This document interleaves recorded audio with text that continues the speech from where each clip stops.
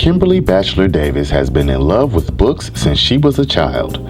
Who would have known that God would bless her with the gift of writing?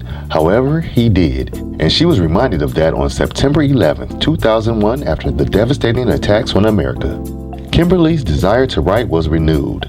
Kimberly creates stories that have shared experiences and inspire or cause people to think about situations in a different way. Recently, she released Rose and the Enchanted Seven and Escape to Paradise Book 1, a fictional romantic trilogy book series. Featured on the Brand New Mommy and the Bougie Black Girl blogs, Kimberly discusses her bout of depression, motherhood, and writing. She has published articles with Save Magazine and Mi Estilo, an online Hispanic magazine. She speaks professionally on issues that she's passionate about, which include motherhood, literacy, community civic engagement, and writing. Welcome to the Conversations with Kai Mann show. I'm your host, Kai Mann, and today we are talking with Kimberly Batchelor Davis. We've got a wonderful show for you today. We're going to talk to her, and don't forget, we're here every Wednesday. This is the show where we bridge the gap one story at a time. Hi, Kimberly. How are you? Good. How are you, Kai? Thank you for having me. You are quite welcome. I wanted to talk to you because you and I have been talking probably like maybe a year or longer. And you've been telling me a little bit, bits and pieces of your story. Now, during the intro, they read your bio and talk about who you are, you know, bio-wise. But who are you, Kimberly Batchelor, at your core? Who are you? That's a loaded question. I am an author. I'm a wife. I'm a mother. I'm a community servant. I am someone that's very politically active. I am a geek. I've sort of become a geeky nerd. These were things that I grew up with, and I have a voice, and I like to use that voice to help and empower other people based on experiences that I've gone through or things that I see that I can be of service to help push. Awesome. You and I talked before, and you told me a little bit of your story, and I really want to elaborate a little bit more on here because here we talk about transformation and people, their lives are being transformed. And we talk about some of the things that we have gone through so that we can help other people heal or move into different spaces that they need to move into. You spoke with me and you told me when you were a new mother that you suffered from postpartum depression. First, tell us a little bit about what that is. Well, postpartum depression is a diagnosis that typically women feel the blues. They call them the baby blues, but they're a little bit more than just baby blues. It's more than just being sad. It could be anger, it could be resentment, it could be a fear of leaving the house, not really engaging in things that you used to do prior to becoming a mom. And it's very close to what typically would be considered the traditional diagnosis for depression. Typically when you see people withdraw or they start giving away their things, people become alarmed. For me, I just didn't want to be a mom, and I struggled with that, and I tried to share with people, and I sort of got this pushback. Oh, that's a horrible thing, you shouldn't say that, that's wrong. But I didn't know how else to tell people what I was feeling. And so what ended up happening is I stopped talking about it. And those feelings continued to escalate. They continued to build. The resentment towards my husband grew. The resentment towards my children grew. I am an impatient person, and it became worse. And being a mom, you're always on, always. And in my line of work, being an event planner or someone who's involved in political campaigns or who manages projects, they're sort of, you have a timeline where you know there's an event that's happening and you know you need to do X, Y, and Z. You need to show up, you need to make sure volunteers are there, you need to make sure the stage is set, the program happens, and all these people speak. But you know that if you started your program at 9, that at 6 o'clock your program is going to end. And motherhood, it never ends. And I lost my mother in 2010. My husband's grandmother died 2009. His grandfather died the following year in 2011. And my father had already died in 2006. So all of a sudden, there was no family. There was no the support system that people traditionally turn to, where you have grandparents and you have aunts and uncles. And friends that I had, we all have to work. So it wasn't like I could call someone and say, hey, can you come over and babysit, because they were in a conference in Vegas, or somebody else had a Bible study they were conducting, like one of my sisters at church had a Bible study or something on a Friday. So there was never any time for me. And so my voice was stifled. And all I kept hearing were the voices of my children, the voices of my husband, what everybody else needed. But it was never, and it sounds selfish because people say, oh, well, you're a mom, you're supposed to care about your kids, you're supposed to care about your husband. You're not supposed to care about yourself, but you are. And that's sort of the oxymoron that goes with that when you become a mom, you sort of become this, what's the word that I want to say? You sort of become this inanimate object because you're just a mother. And your sole purpose is to take care of everyone. And when you don't take care of yourself, you suffer. And the family suffers. And because of that, my youngest son, it was interesting because the doctor said, well, we think he's developmentally disabled. And I said, he's not. I said, he's just not talking. But one of the reasons I think that he wasn't talking is because I wasn't talking to him. And so he was sort of locking up his emotions. And once I was able to sort of get past that and sort of navigate and help him do some things, all of a sudden he blossomed. And I told everybody, I said, I told you he wasn't developmentally disabled. He was just quiet. He was thinking. Because mommy was constantly thinking, and I was always in my head, and I was always criticizing myself. That reel that runs in your head that says you're never good enough, you can't do this, or you can't do this because you have babies at home and you need to nurse, or you need to pump milk, or you need to make sure that their diapers change, and it becomes too hard to figure out a schedule. And so instead of going to a meeting that I should go to, I elected to stay home.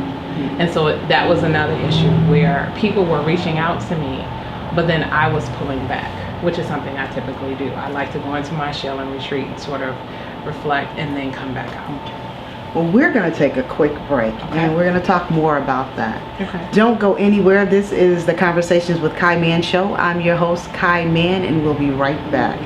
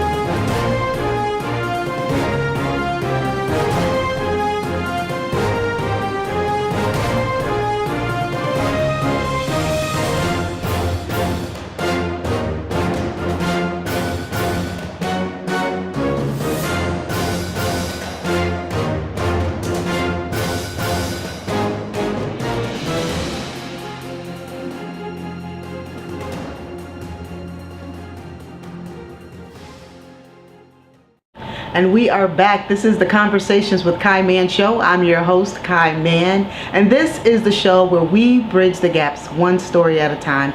And today we're talking to Kimberly Batchelor Davis. Now at the break, you were telling us about you're suffering with postpartum depression and what it was like for you. Now, the one thing you really tapped into something when you said how that people were looking at you or talking to you and saying you really shouldn't say those things. But I've talked to a lot of mothers in my lifetime, and we say some things. I myself have 3 sons, who are older, but we say some things, and yes, we do mean them. And how much of that did you feel was more or less not just pushback, but making you feel as if you were not the mother that you were supposed to be? 100%. I had a conversation with a sister at church who said to me, because my sons don't sleep, and that was one of the big issues. My husband doesn't sleep. It's a natural thing. Everybody kept saying, oh, you got to get a schedule. You got to do lavender baths, and you got to do classical music, and you got to do story time, and you have to do all these things. I did all of that. I could have literally bought stock in Johnson & Johnson, how much lavender I bought. My children were so slippery, they could have slid from here to Texas in 2.5 seconds. There was so much none of it worked. None of it worked. People were saying, oh, just put in the bed and let them scream, let them cry. Yeah, right, okay. My oldest son literally cried for 8 hours. He stood up on his crib. This is no lie. This is a true story. He stood up on his crib and did just like this. And my husband, I went in my office and I was trying to write. And my husband was like, leave him alone. You'll be fine. My children have stamina. They are stubborn. They get that from mama. So, I can't be mad at them. However, it was one of those moments where I looked at my husband and I said, I don't know what I got myself into. That was my first son. So when we had our second son, I was like, oh God, please no. Not another one, I can't. And so I really started to go over the edge. And I remember my best friend saying, oh, God wouldn't do that to you again. He wouldn't send you another child that wouldn't sleep. Wow. Yeah, okay, Jennifer, he did. And being at church, I said to someone, he's not sleeping, I don't know what to do. And her response to me, you think you're the only one with that problem?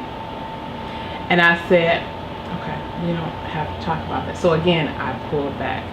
And I think sometimes you need safe places to share. And even if it's friends that you've been friends with for a really long time, 10, 20 years, sometimes because their experiences aren't the same, they don't get it. Or what my experience has been also, because I waited late to have my children. My first son, I was 37 when I had him. My second, I was 41. So technically I was an old lady. All of my friends who had kids, their kids were teenagers. So they had all forgotten what it was like to have kids. And here I am struggling. I was the person who, would be at a 7 a.m. presentation with caffeine, IV in my arm, talking about, oh, we're giving an award for something, or, speaking to somebody or something, and would literally work from 7 in the morning to 11 at night. And to changing all of a sudden to having children. And like I said, I could always look to say, my day ends at this time. I can go to bed. Not with my kids. And now it's better. It's much better. I'm much more mentally healthy than what I was. But I told my husband, I said, because he works midnights, and so the adjustment is the boys every night, every single night. Mommy, I had a nightmare. Come on, in mommy's bed. And so everybody sleeps with me. So at 2 in the morning, I wake up with a foot to my head. Somebody's back is all up pushed against my stomach. I'm clinging onto the edge of the bed like, please, I just want to get a couple hours of sleep, please, just, But if you don't have the experiences and you don't feel safe in sharing, then it does become difficult. I think that a lot of times we love to say, oh, motherhood is the most wonderful thing that you can ever do in your life. And it is truly a wonderful thing. However, there are some days where you just want to push your children away and say, leave me alone. Can I go to the bathroom by myself? Can I finish a meal without anybody picking over my shoulder? Well, mommy, what's that? Can I finish a cup of coffee that I started at 8 a.m. and now it's 2 and I'm still trying to drink the same coffee cup from this morning? can I tell you to pick up your socks and your underwear off the floor one time and you just do it, and not have to keep asking you to do it over and over and over again? Or when my husband comes home, and then the three of them, and I let them, you know, do their thing. It's all guys. I'm the only woman in the house, which is fine. But they sort of do things, and I'm like, I've had enough. I need a drink. I'm getting a glass of wine. And then they all look at me like, well, mommy, what's wrong? I'm like, really? Mommy, mentally, it's tired. You guys have pawed at me for an entire day. From the time you wake up, it's like, mommy, mommy, mommy, mommy, mommy. And then when my husband comes home, he's like, Kim, Kim, Kim. And I'm like, oh, please, please. Well, tell us a little bit, because you also had some other things that were happening besides, you know, dealing with your children and trying to be an event planner. You also, you know, were dealing with your family, your mother and your father. As African American people, you know, we try and do it all. Yes. You know, we're strong people. We try and do everything. We've grown up with the grandparents. Either we lived with them or they were down the street or whatever the case may be. So in this aspect of it, you are having to deal, you know, take care of them as well as take care of your children. How do you and your husband manage that? That was a difficult time in our life. The greatest blessing I have in my life are my husband and my children. When my mother got sick in 2009, my husband just lost his grandmother, so I had to help support him through that, and she died suddenly. And then it was his grandfather who immediately after him and his grandparents had been together for 60 plus years went into dementia, and it was like straight downhill. And so my mother all of a sudden went downhill at the same time, and she was in her home, and I was far east side and she was far northwest side. So it was trying to get through traffic, trying to make sure that my oldest son was picked up from daycare, and still navigating the contracts that I had going on for my event planning business. And it's difficult. There is no easy fix. Each family has to figure it out on their own how it works, who takes care of who does what. I would pick up food, I would schedule doctor's appointments, I was talking to doctors, I was like, well, what kind of therapies do we need to have? She had a disease called spinocerebellar ataxia type 2, which is a genetic disease which mimics MS and Parkinson's. So it diminished her capacity to move, it diminished her capacity to speak, or to bathe herself, or do lots of things. And she literally went down very quickly. And I remember one day she called me, her front door had opened and she couldn't close her front door. She was in bed, couldn't get out of bed, couldn't get to the bathroom.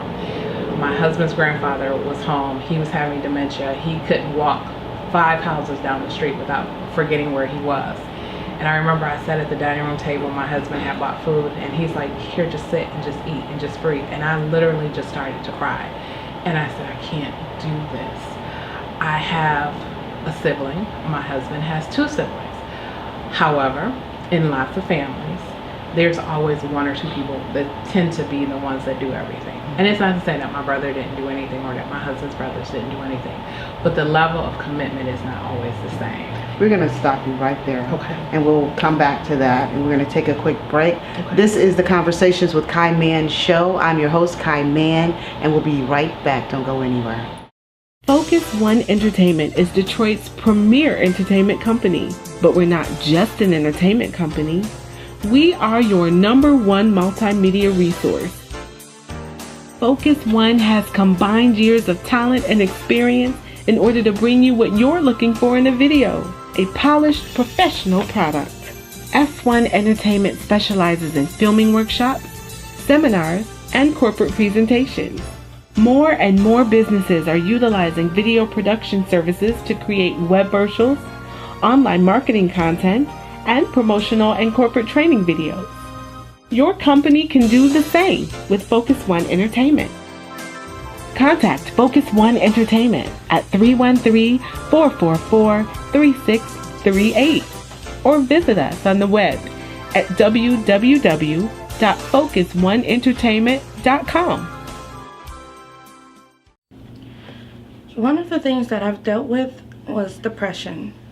feelings of sadness and loneliness from what I used to have. Most of us feel depressed at times. That's normal. But when it lasts more than 2 weeks and it begins to interfere with your daily activities like work, school, or taking care of the kids, that's when you should talk to a professional. 3 to 5% of most people suffer from depression. It wasn't until I addressed what was going on inside of me, and instead of suppressing it, that my life changed. Talk to someone. You matter. Join the movement. #GetNaked.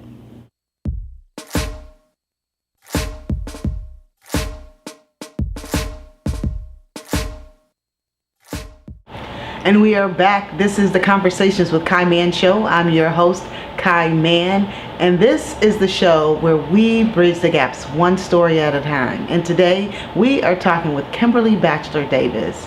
Now, Kimberly, right before we took a break, you were telling us about your mother and the disease that she had, and you and your husband trying to take care of her and his father. Your father had passed away recently, and you have these 2 young boys. So tell us, at that particular time, right before the break, you said that you were crying.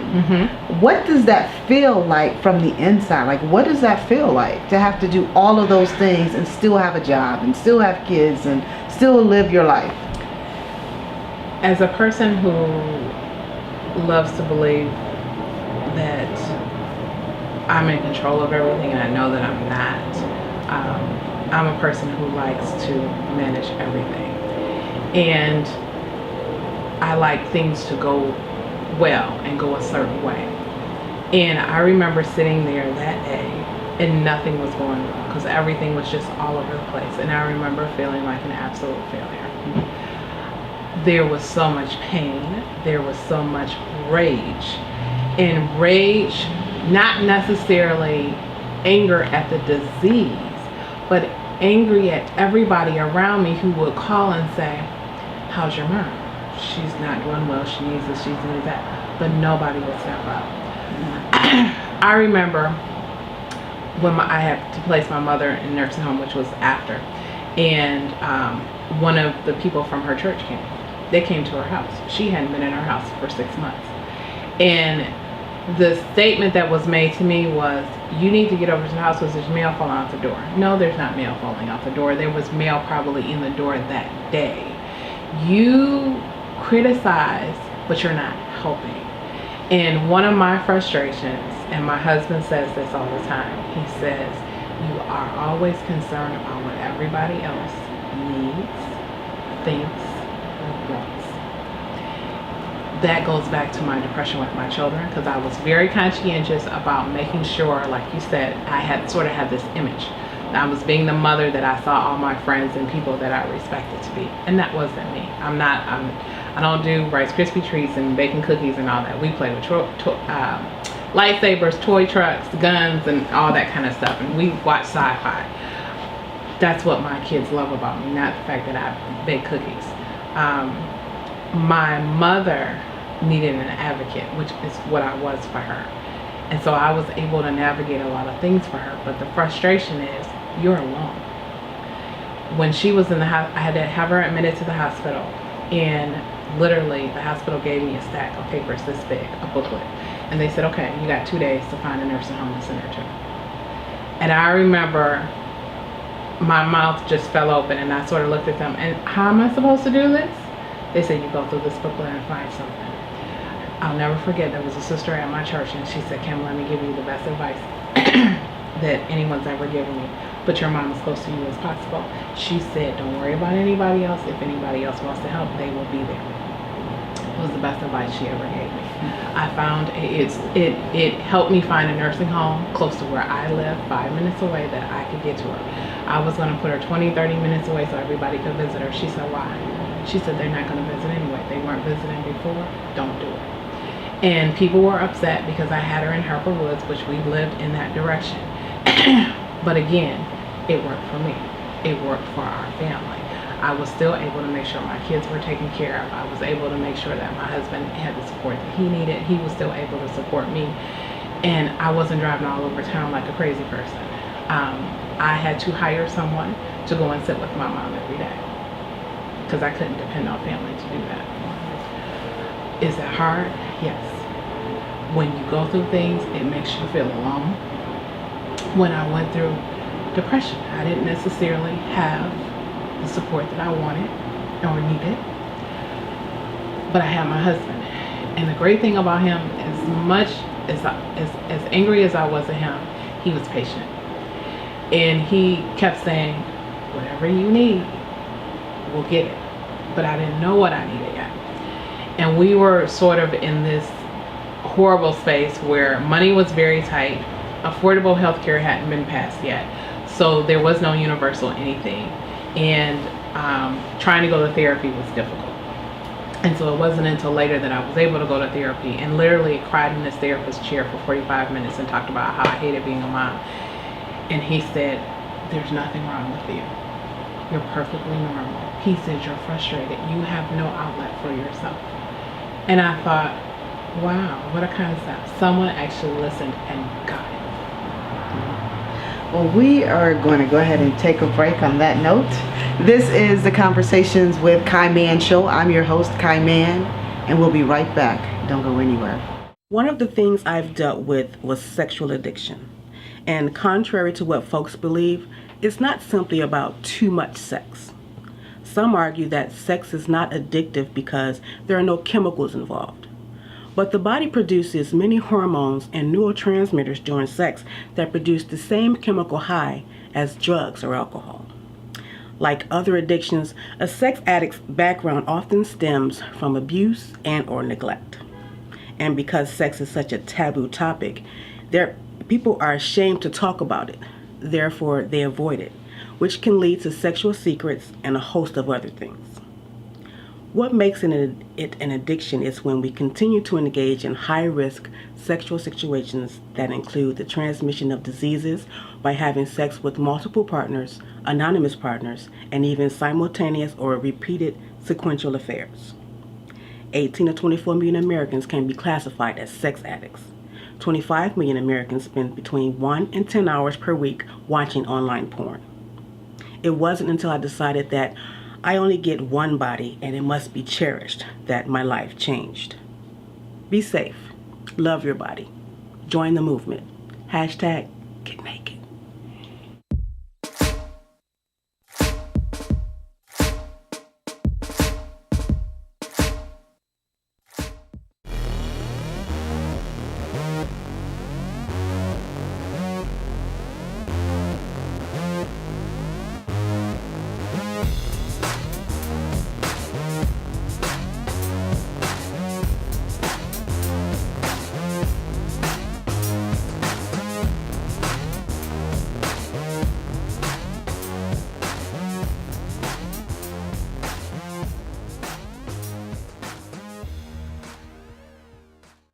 And welcome back to the Conversations with Kai Mann show.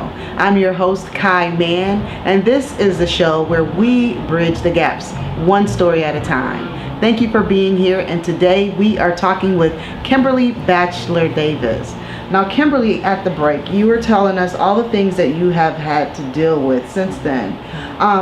Let's say there is some woman, be it younger, older, whomever, that is going through the same situation that you were going through those years ago. What advice could you give to them at this particular point in your life? Could you give to them? The first thing I would say is acknowledge, be honest with your feelings. They are real, they are valid.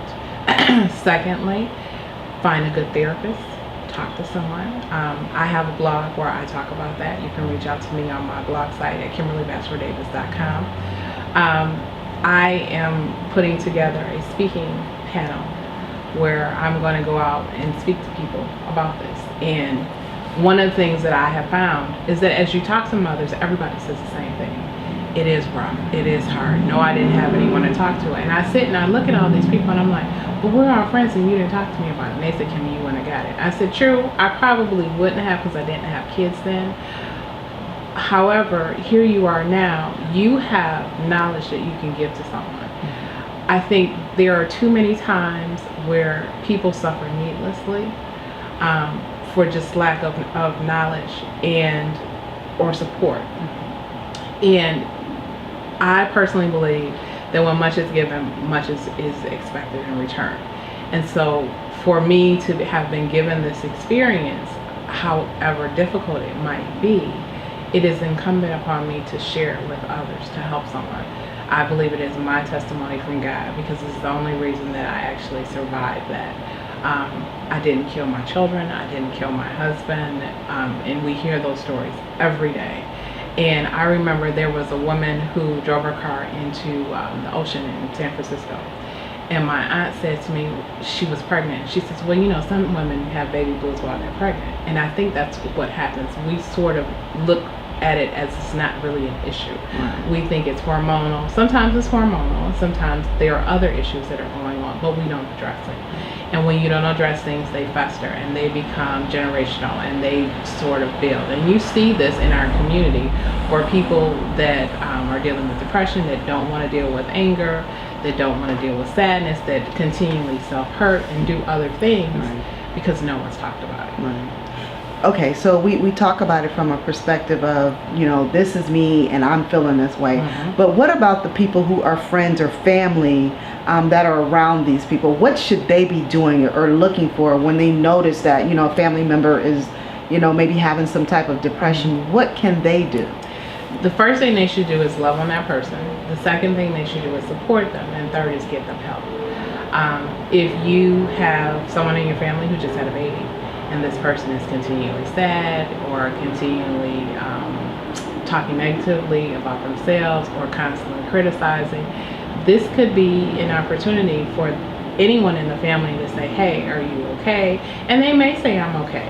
And it may be just, I need an hour away from the baby. I need an hour away from whatever, life or whatever. That's where you step in and say, hey, we'll take the kids, you know, for an hour. Or you and your husband go out on a date or do something fun. You know, when I was growing up, my great-grandparents and my grandparents were always there. So my parents could go out and we would spend time with them. We would go to Canada in the summer and literally stay the entire summer. My kids don't have that experience. They're just always with us. And so to not have the extended family, like cousins and the aunts and all of that, who are supposed to be there. That's the way family is supposed to be. Traditionally, family always was. Grandma and granddaddy lived upstairs. Mom and daddy and the family lived downstairs. And if somebody got sick, everybody sort of chipped in to help. And we've gotten away from that. And let's talk a little bit about that. I'm glad you kind of brought that point up because it's 2016 and we've kind of, I won't say gone to hell in a handbasket. It feels like but it kind of feels that way.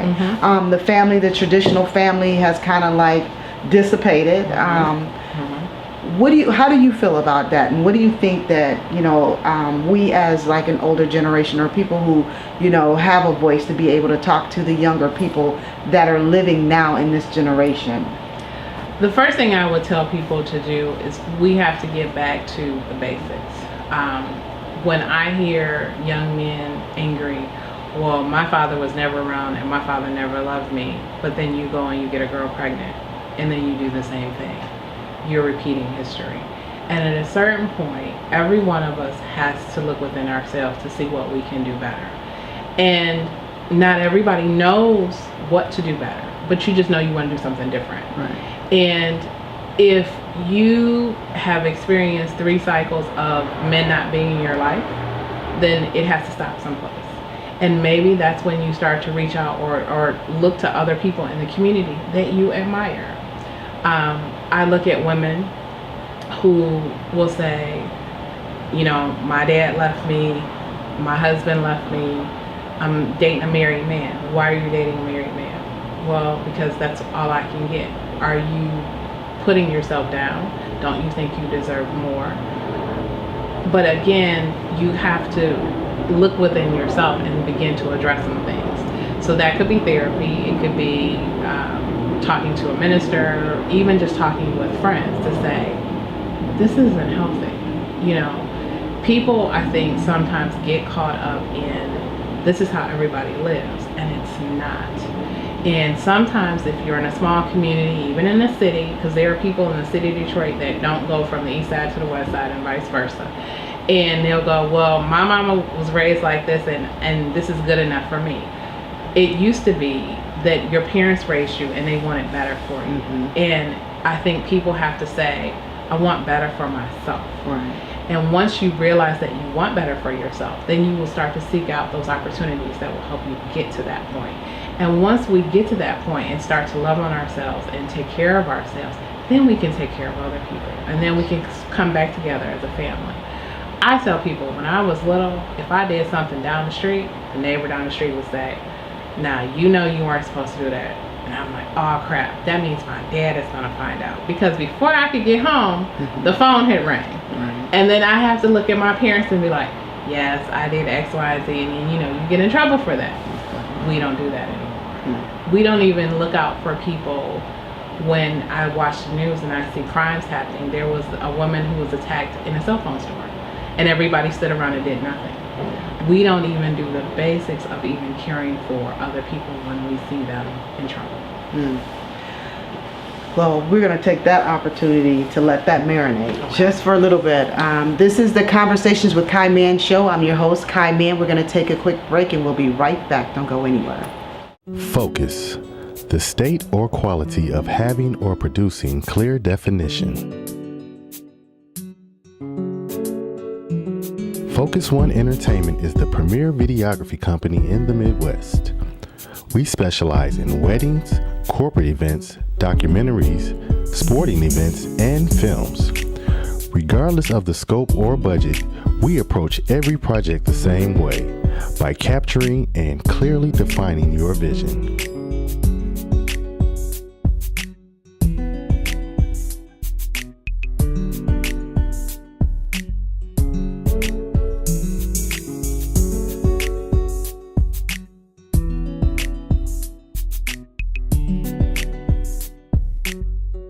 Contact us at 313-444-3638 or www.focusoneNtertainment.com.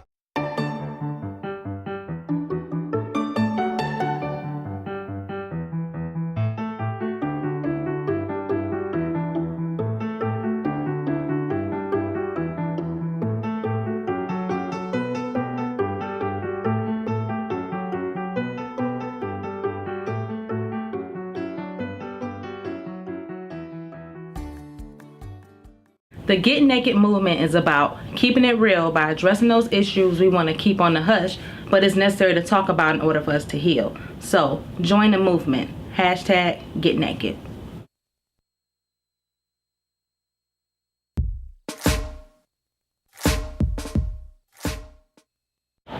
And welcome back. This is the Conversations with Kai Mann show. I'm your host, Kai Mann, and this is the show where we bridge the gaps one story at a time. And today I am talking with Kimberly Batchelor Davis. We're talking a little bit about depression, postpartum depression, taking care of family. You have done all of that. Though that was some years ago, and at this particular point you have written a book. Tell us about the book.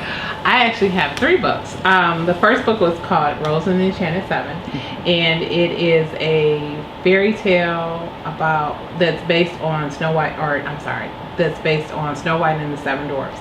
And this was done, or it was created back in 2008 as a short story that was going to go into an anthology. The anthology was supposed to be about fairy tales, green energy, and Detroit. So I set this fairy tale in the city of Detroit, where there is the princess of Detroit, and she has these 7 little mice friends. And these mice are powerful and special, and they guard the sacred forest of Detroit. And unfortunately, the anthology fell through. And so I took my story back, and I held on to it, and I held on to it. But I always loved this story. And so the story is essentially a princess has to fight an ancient evil that threatens her kingdom, her life, and her family's life. The second book that I did is called Escape to Paradise. And Escape to Paradise came through my depression period. As an author and a writer, you're always writing, you're always creating. And when I was going through postpartum depression, I wasn't necessarily, but I had all these ideas in my head. And I had this other short story about this woman who had gone to St. Thomas and met this man. And my aunt, my godmother, cracked on me and she goes, "That Stella got her groove back." I said, "No, it's not." So this story is about a very successful woman who is an attorney who has her own home in Indian Village in Detroit, but she's taking care of her sister and her family. Her sister's husband, and her 11-month-old son live with them. And the sister and her husband are dysfunctional. They literally are destroying her house one piece at a time. So she has this beautiful mansion and they're breaking windows out. They're constantly fighting. The baby's always crying. And her live-in boyfriend is addicted to porn. And she's just like, I need a break. And one of the very last vacations I took was in St. Thomas. That was the year my dad died. And we stayed at this fabulous villa. Just fabulous. It was on a hilltop. We got to overlook the ocean. It was just gorgeous. And we had opportunity to have a chef and all of that. We didn't take all of that, but there was all these things that we could have done. And so I've always sort of had it in my head, you know, one day I'm going to go back and we're going to have a chef. Mm-hmm. And we're going to have that full service that we were looking for.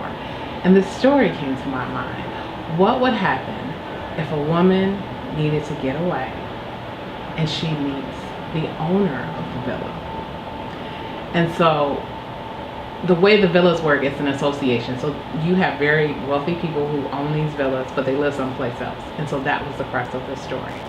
There's this gentleman who's into casino and hotels and all types of development.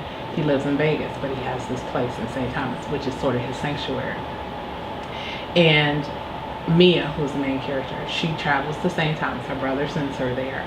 And she's the only one in this huge villa, just expansive. So they have a chef, she's got the butler and all these people, and everybody's waiting on her. And her brother says, look, for the first time in your life, don't worry about anybody else. We got it. Everything is taken care of. I'm taking care of our sister. I'm taking care of the baby. So she goes there and she decides, I'm going to take my brother out. I'm going to do something fun for myself. I'm going to sunbathe in a nude. So she's laying out on a deck in the master bedroom. So this is the owner's room. The owner has just been left at the altar by this model girlfriend who says, no matter how much you can give me, I want love. And he doesn't love her because he's never really loved anyone because everybody's always wanting him for his money. Mm-hmm. But she was beautiful. And he said, you give me 2 beautiful children, I will take care of you. And she was like, no, can't. I said yes at first, but no, I can't. So he comes back home to St. Thomas. So when he gets there, his butler, Simon, says, so is the missus coming? And he's like, no, we didn't get married. And he says, well, you've got a guest. He says, why do I have a guest? He says, you forgot. This is the last weekend of the season for this guest. And so his name is William. So William goes up and he sees Mia naked. She's on her stomach, but all her hair and and she's curvy. So she's not the stereotypical thin white girl. She's built. And he's smitten. And she sees him and she's smitten. But what she thinks is he's just trying to get in her pants. And he thinks, oh, this is going to be my fun time this week and this is going to help me get over this woman. But what ends up happening is they develop this love affair. It travels over 3 books. The second book is currently with the editor. And so they have this love affair that's just incredible. But what happens is, can it survive through her family? You know, she wants to take care of her family, but he wants to say, well, I have money. I'll send your sister and your sister can get the help that she needs. And she's like, no, we have to be hands-on. And so it becomes this issue of how much do you give your family before you lose everything that you really want to have? Wow. Well, we're going to take a break on that. This is the Conversations with Kai Mann show. I'm your host, Kai Mann, and we'll be right back. Don't go anywhere. One of the things I've dealt with was low self-esteem due to body image. Growing up, I thought I was a cute girl, But it wasn't until I was 11 or 12 that I noticed I wasn't built like the boys necessarily liked. My friends teased me for having a flat butt and a flat chest. Ultimately, this bruised my esteem. Did you know 44% of schoolgirls attempt to lose weight compared to only 15% of boys? And did you know 70% of girls ages 15 through 17 avoid normal daily activities, even like going to school, just because they feel bad about their looks? This type of negative self-thinking usually follows us into adulthood and affects our interpersonal relationships. It wasn't until I fell in love with me and accepted me for who I was that changed my life. Think and speak kindly of yourself. Join the movement. #Get Naked.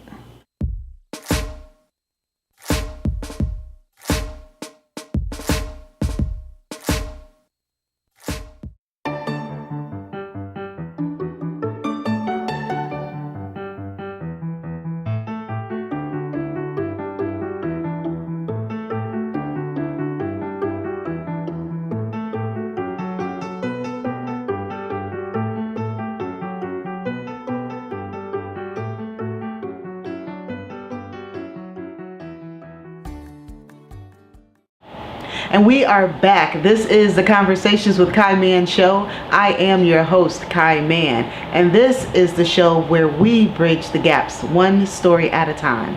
I'm talking here with our guest, Kimberly Batchelor Davis. We have talked about your life. We have talked about this gooey book, which sounds amazing. And you have another one that's coming up. I want to talk about you and where you are right now today. You are an event planner, community activist, leader in your community. You have these beautiful boys. Tell me about your life now. So all of that in a nutshell, I have a play that I'm working on right now called The Party at Belshazzar's House. It is based on Daniel 5. And we have set it in modern day times. So think of a rap artist today who thinks they're like a god, and this person basically lives a life of debauchery and offends God. And in the scripture, God writes a saying on the wall, and basically it's a prophecy to say that he's going to die. And we have put all of this in this play. And so I have a play that I'm working on. I have a new children's book that's coming up called Look Daddy, There's a Bunny. I wanted to have something for my children. We are avid readers in this house. When I go to the bookstore, I don't see them represented. And I thought, well, I'm an author, why don't I just write a book for them? And so I did. And so it's really a simple book about their dad and both of them taking a walk through the neighborhood and looking at bunnies. I have Escape to Paradise 2 that's getting ready to come up. That's book 2. And then I have another big book that I'm very excited about called Innocence Lost, which is about one of my adopted children who survived his mother's crack addiction, her living boyfriend's abusive relationship, and foster care for many, many years, about 16 years. And he overcomes that, and he gets two degrees, one bachelor, one master's. And he's running his own company now. He has been a singer, a model. He's just done all kinds of wonderful things. Wow. And amazing. One of the inspirational things about his story is I said to him, what drives you? I said, because when you listen to this story and you hear that your mother was a crack addicted person and that she had this living boyfriend who beat you every day because he was a bedwetter, how do you move forward from that? And he said, it had to get better. And it was just that simple. He said it always had to get better. It couldn't get any worse. Wow. And I thought, wow, there are some of us walking around who are blessed with so much and we can't function. Right. And here you are as a child and you said it has to get better. And so for me, when I create characters, when I create books, I always take a portion of myself and pour it into the book. So Escape to Paradise is really me dealing with the depression of taking care of everybody and the anger and resentment that came with that, and putting it into those characters and sort of seeing how that progresses through this love relationship.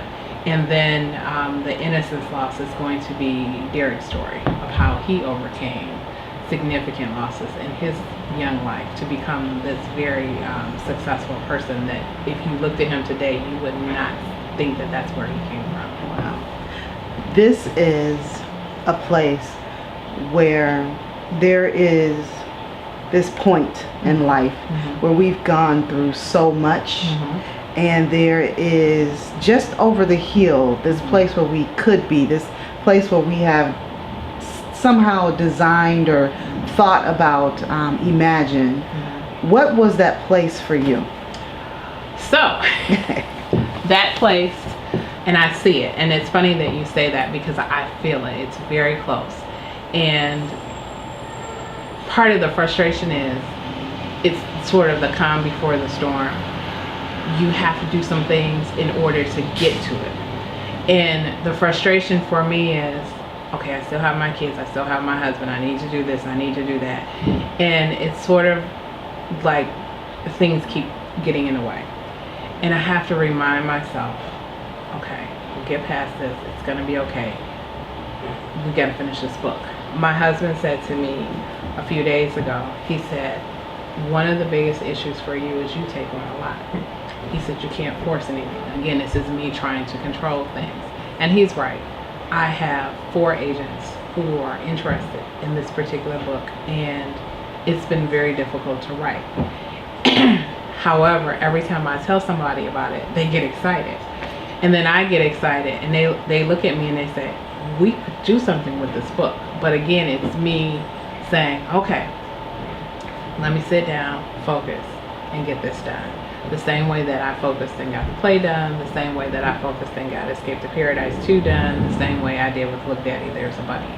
And I think sometimes it's just a fear, the fear of excitement, like you know it's coming, like once you go over to that other side. But what that looks like for me is that I will be a traditionally published author, I will be a playwright, and then soon to be a screenwriter, and which is where I desire to be. And still being able to leverage the power that comes from that, of having that voice, to be able to push the issues that are important to me, like family, like mental health, children's care, and children's and community safety, and helping to make sure that communities get what they need. As an African American in the city of Detroit, this is the city that I've grown up in, and I've watched the city go from one place to another, and I'm watching it flip back. And you know, when you have young children and you're afraid for your children to go out, which is the same way my parents were when I was younger, but then we got to a certain point where it was like, okay, you have to learn how to navigate that. But that comes when you have opportunities and choices. It doesn't just come to you just because. And so at the end of the day, there are a lot of opportunities out here for me. I'm trying to work them as best I can with still being true to who I am. Awesome. Amazing. Thank you so much for coming on the show. Thank you for having me. You are quite welcome. Can you let our guests know where they can find you, Yes, where they absolutely. can get your books, all that good stuff? So, if you want to learn more about Kimberly Batchelor Davis, go to my website. It's my name. Kimberly Batchelor is spelled B-A-T as in Tom, C-H-E-L-O-R, Davis, all one word, .com. You can find my blog pages, you can find the books, you can order them through PayPal. I also have a calendar of events coming up, so you'll be able to find me. There will be speaking engagements coming up, so I'll make sure that all of that is loaded up. And I just want to end the rest of this year just being busy, sharing a message of my testimony to help other people, and just really being creative and being true to the gift that God has given me. Awesome. And you're doing a wonderful job at it. Thank you so much. We appreciate you. Thank you. Same here. Thank you. This has been the Conversations with Kai Mann show. We thank you for watching, and don't forget, we'll be here next Wednesday.